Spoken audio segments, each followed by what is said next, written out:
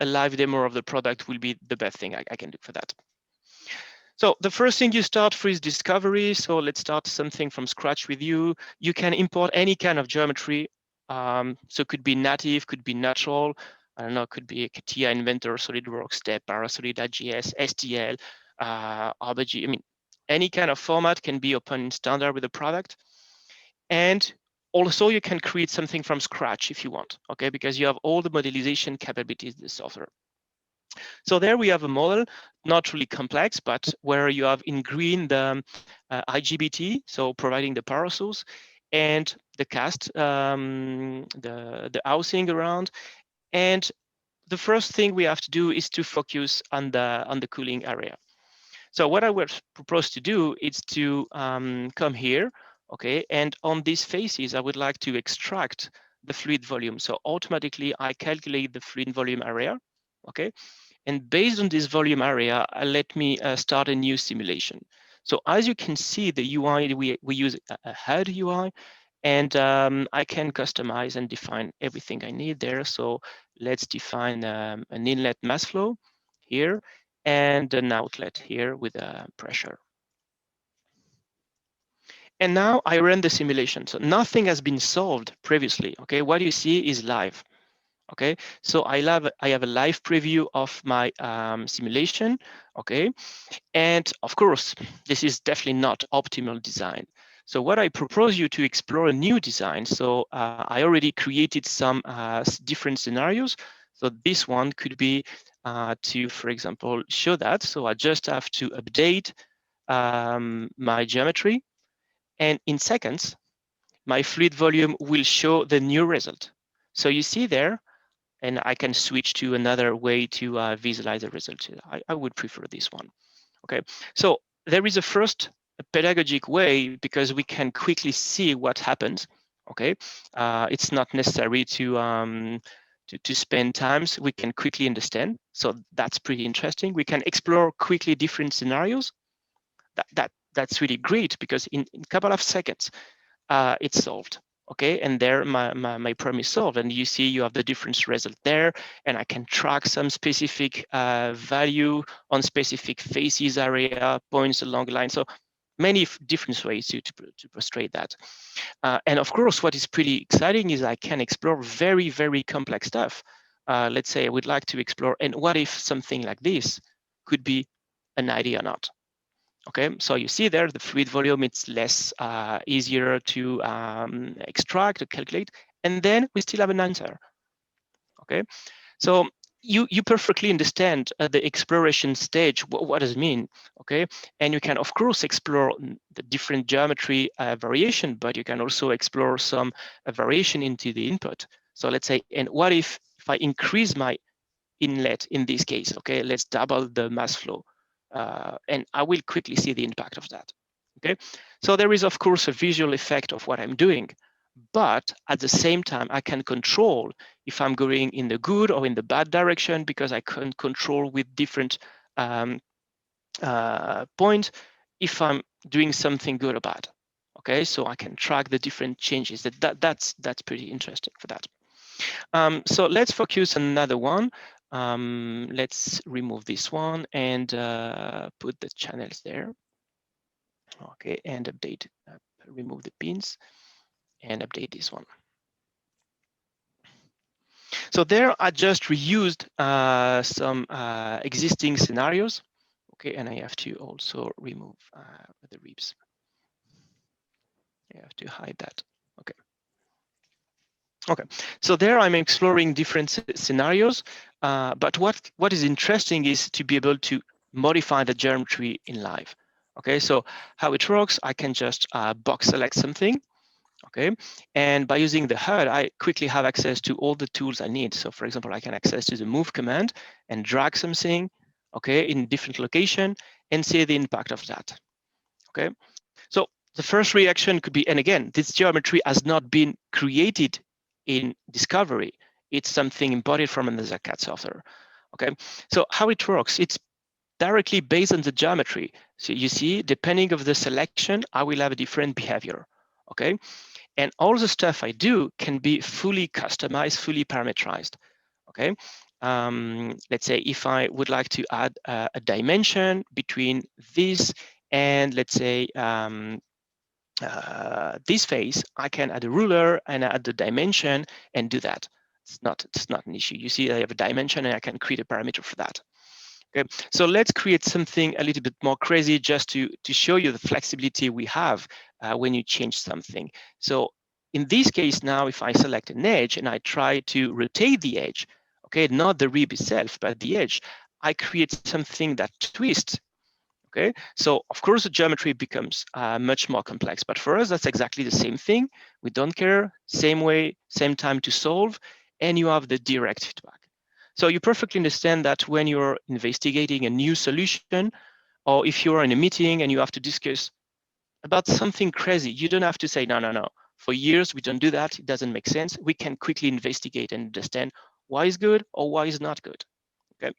So there I did some manual modifications. Okay. But as I mentioned you can create parameters on the fly. That's pretty interesting. So what I did is I created some parameters in another study. Okay. So what I did there is I created a parameter for the length of this rib and the length for this one. Okay, something I would say pretty basic. But because each solve it's pretty fast, then I define a range of modification for each parameter. Okay, and of course I didn't fill them one by one. I just filled the range, and the software shuffled that automatically. What is interesting there is the result. Okay, so imagine I would like to have the view of, let's say, the maximum temperature versus the pressure drop, and I would like to group that based on a specific parameter. Okay, let's say the input.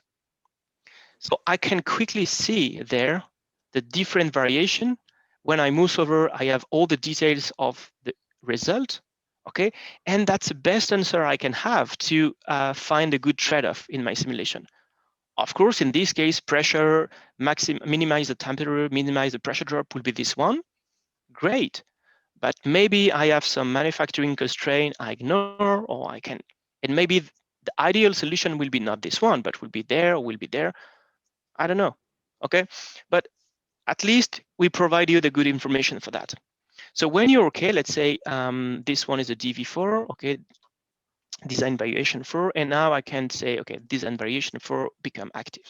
Okay, so I can switch from one to the other one. So what is interesting is I mentioned you, if I need something highly accurate there, in one click, I can go from explore mode to the refine mode. And when I do that, I automatically use the Ansys flagship solver under the hood. So in this case, I'm using Fluent. So if I press solve, okay, then I'm creating a mesh. And of course, I have access to all the parameters to control the convergence, to control the mesh. Okay, it will not have enough time to go deeper in that during the session. Okay, but that's interesting because I can do that. Okay. So there my simulation starts. Okay, I start the solve. I can wait just a few seconds just to show you the mesh, and then we will switch to something different. Because another thing interesting there is I can do different simulations in parallel. Keep in mind, the goal is just to save you time and to explore different ideas, not to stay stuck behind the screen and to say, okay, what I have to do. Okay, so there, my simulation is starting, my meshing is starting. Okay, wait a few seconds. So if it's long, that's fine. We will be back there. Okay, and I switch to another one. So, but my simulation still start. Okay, I'm not using cloud. I'm not using nothing. I'm just on my computer and I'm just on a laptop there. Okay, so what I propose you is just to have another idea of the capability of the software. So you see there my, by the way, the mesh is done. Okay, if I go back there, you will see the mesh. Yeah, you see the mesh is done here. Okay, so during the solve, it's still solving. You see the wheel is still turning around. I can create a section plane. I can visualize the mesh inside. So that's a typical CFD mesh with different boundary layers and okay, different stuff like that. Okay, so forget it for now. If I switch back to a solid thermal study, let's say, okay, another thing I can explore there, it's to apply a thermal condition on the solid. So there I could select all the internal faces, okay, and apply a thermal condition, and the thermal condition could be, in this case, let's say a temperature, okay. Let's say I will have 25 degrees on all the faces inside, okay. And on the faces of the IGBT component, so let's select the inside faces, this one, okay. I could apply a flow, and I don't know, let's put 300 watts.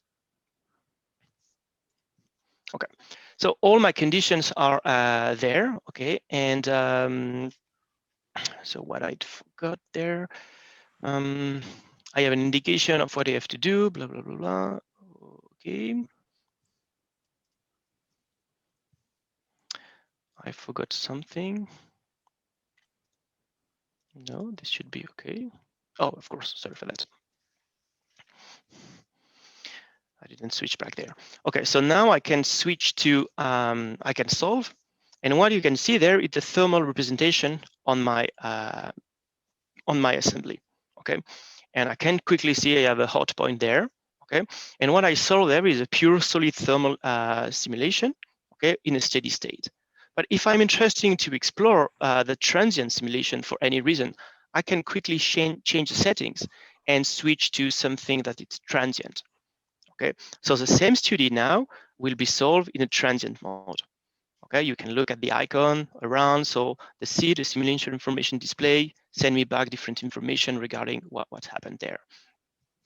Okay, and I can visualize what happened, and you have the time, the physical time here. Okay, so as you can see, that's pretty fast to solve different cases regarding different physics together. Okay. So let's stop for that for a minute. So what I would like to do, it's based on that. So the ideal, the real model as at the bracket. So I could also introduce the bracket. Okay, so I just have to say, okay, add this one in the studio. And so we can switch back to steady state to have something faster. Okay, and start again. So now this component is automatically included in my simulation, okay, and the thermal will go there. So what is interesting here is this is a pure solid thermal simulation, but if I decide to add some mechanical constraints there, let's say decide that two cylinder will be fixed, automatically look at the seed there, I will switch from a pure solid thermal simulation to a solid stress simulation. Okay, so that's mean that now when I run the simulation, okay, automatically under the hood, the solver grab the appropriate solver to solve that. So I still have access to the temperature and see the effect of that. So of course I can slice with the plane to view inside, or I have different way to visualize the result. Again, I can track with curves, with value, but we don't have time to go deeper there. But what is interesting there, it's like now I have access to also the mechanical constraints. So if I look at displacement, okay, this is a visualization of the deformation based on the thermal effect on the solid. And you see that I can quickly, so of course there it's exaggerated, but it's a preview of what I'm doing. Okay, so that's interesting. Let's duplicate this study, okay, to create a new one. So I can duplicate this one, okay, to show you another kind of study. I would be probably interested to run a model simulation there. So I don't need to have the solid thermal condition, so I can delete that. Delete this one.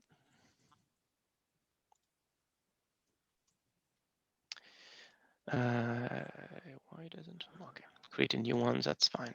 I can create a new one.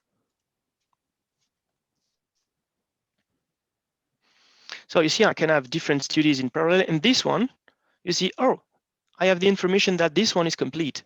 Okay, so if I go back there, okay, so during the study of the exploration of other physics on the model, this one solved. And now I have access to the result on this one, but this will be this is an accurate result because it's based on the, again, I told you on the flagship tools. Okay, and if you mouse over the geometry, if you look on the side, you have the exact value of the velocity or of the temperature, of the pressure, and there it's 100% accurate. So you can mix the both of worlds. Okay, that's pretty interesting. And I didn't waste my time for that. So if I come back here, I would like to show you something here. So if I define a new constraints, again, if I set a boundary condition there, it's fixed. Okay. And now I'd like to calculate the natural frequency, the different modes on this model. Okay, so not on everything. Okay, I probably need to do that only on the visibles models. Okay, so let's do it differently. Let's say this, this, and this, just to show you how it works. Selection only, yes. And then solve. So there I'm calculating the first mode, okay, and you quickly have access to the displacements, and of course you can animate that as usual, or visualize the constraints or whatever the different stuff you can have. Okay, so there I'm calculating the first mode. Okay, so when the first mode will be done, it will appear here, and then one after one I will have access to the different other modes. So again, that's another kind of physics we can solve. We can solve natural frequency on the model. Okay.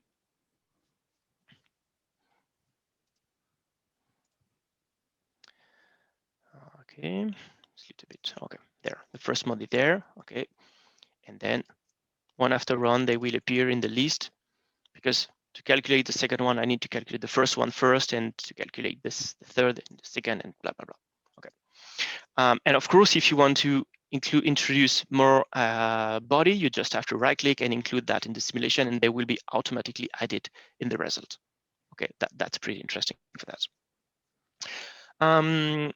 Now the last one I would like to show you is the topology optimization, because it's pretty interesting for the optimization itself, but it's also really interesting on a design point of view, because sometimes a designer has to create a shape, but he has no really idea how to do that in the best way. So let's focus on this one. Okay. So I would like to always the same thing. So let's say apply my boundary condition there. This will be fixed. Okay. And just to simulate my my assembly there. Okay, my assembly is fixed here. Okay, I will apply here a remote mass. So I know the mass of the result is more or less 8 kilo. And this mass is based at a specific point, this one, okay, at 0, 0, there, okay. And now, if you look at that, I cannot start the simulation. And again, I always have in the seed, in the simulation from this information display, some information regarding what I'm doing, okay.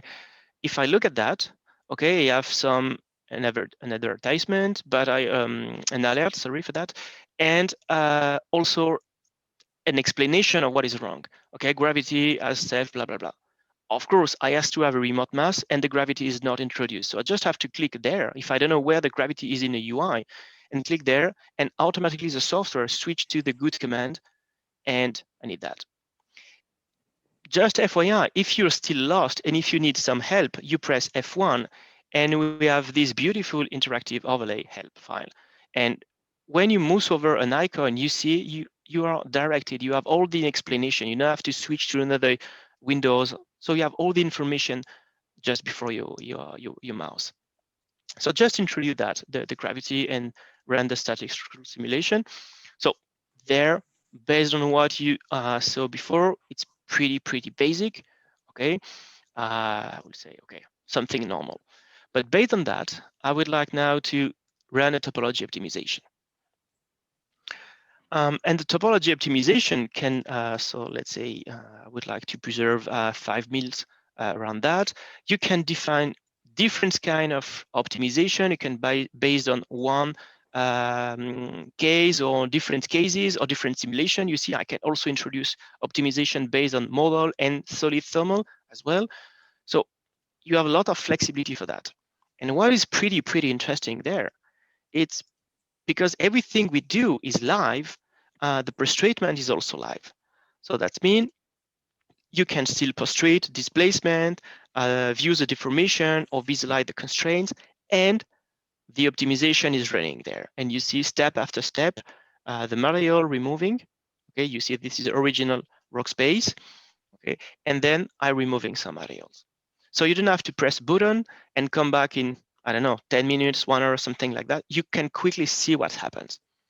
So that's interesting because if something went wrong, you can stop it, restart again. Or if you decide at one point that the design is enough, it's enough optimized, you don't want to go to the end, you can also stop there, okay? So let's say I can stop here. And now what I need is I need to convert this nice result into a faceted body. Okay, so the first interest of that is to have something ready to print, or I could preserve the faceted body and to manually recreate something on top of that, because maybe I don't expect to create a 3D part, a 3D printing part, but I could be maybe a 2.5 axis milling, and I will use that as a reference to create a new CAD geometry. Few things interesting there. I saw something is not really good there, so I can take this point, this vertex, and I can drag the vertex to another location, okay? Or I could say, okay, what about if I do that, delete it, okay?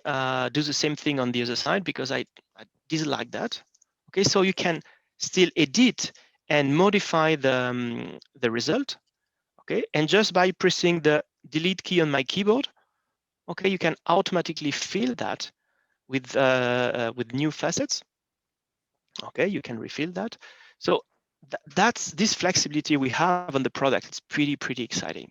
You see, when I do something, I'm not locked in one specific direction. I can still have an opportunity to change something. So there, of course, I cannot reuse that. I have to smooth it to have a much better result, because if I print that, it doesn't make sense to print that like it is. Okay.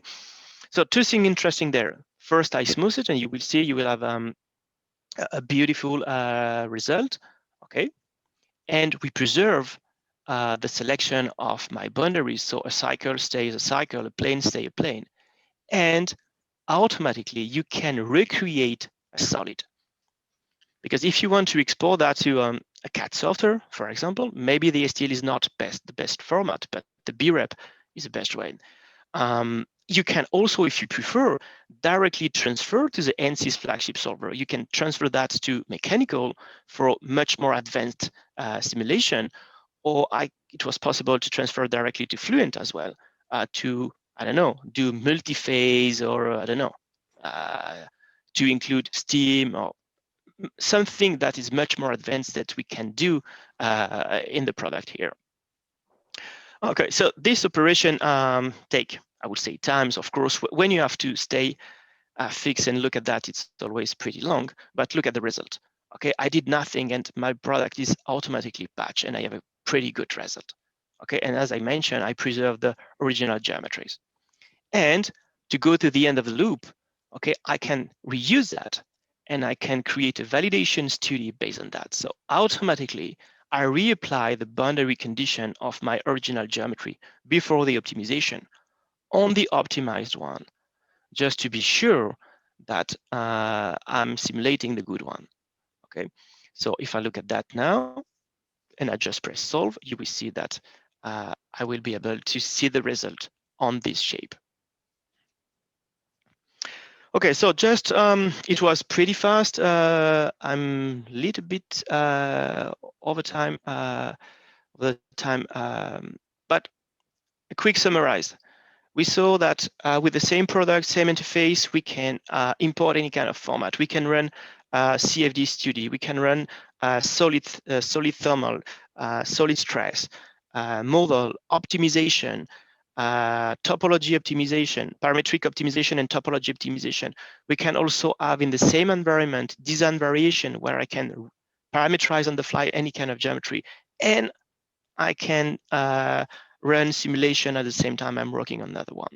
So all of that in one unique interface, just to give you access to, I would say, better exploration. So if you want to have much more information regarding the product, the best way is to go to Google or another browser. I have nothing for Google especially, and you just search for Ansys Discovery. Okay, and of course you will find a lot of content on the ansys.com website, or why not on the specific website we developed for Discovery that is called discoveryforum.com. If you want specific information, this is a contact name for our enterprise account manager at Ansys in Israel.